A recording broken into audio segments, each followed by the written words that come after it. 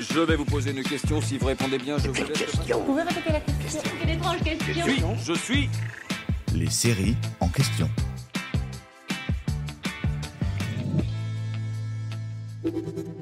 Les amateurs de polar peuvent découvrir sur Netflix la nouvelle série française intitulée Anthracite, qui réunit notamment Camille Lou, Attic, Noémie Schmidt ou encore Can Merad.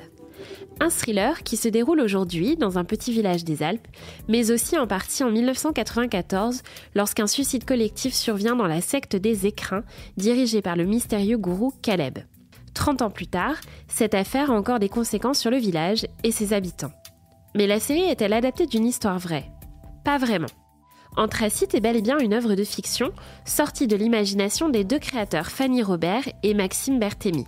La première est la co-créatrice, avec Sophie Le Barbier, de Profilage, qui a été l'une des séries policières phares de TF1, et de Vise le cœur, sortie plus récemment sur TF1 également, avec Claire Kem et Lanny Gautry. Maxime Berthémy a travaillé avec elle en tant que scénariste, à la fois sur Profilage et Vise le cœur. Le duo s'est inspiré d'une affaire bien connue pour imaginer la secte des Écrins et son suicide collectif. L'histoire vous rappelle peut-être en effet celle de l'Ordre du Temple solaire, une secte créée en Suisse dans les années 1980 et à l'origine de plusieurs suicides collectifs en France, en Suisse et au Canada, ayant fait plus de 74 victimes en 1994. L'un de ces massacres s'est déroulé à Saint-Pierre-des-Chérennes, dans l'Isère, à quelques kilomètres seulement de la région où a grandi Fanny Robert.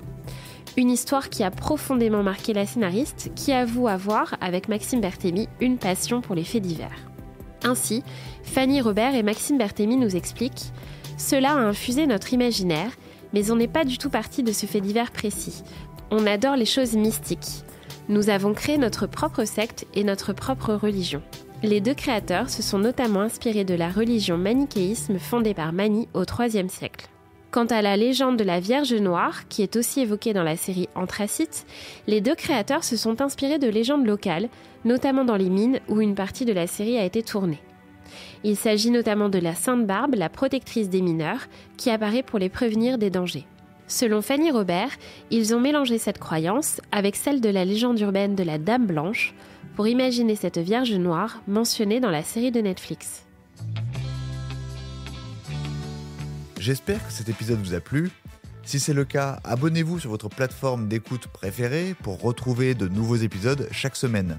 Et si vous en voulez plus, découvrez aussi la télé en question et le ciné en question sur les plateformes d'écoute et téléloisirs.fr. À bientôt.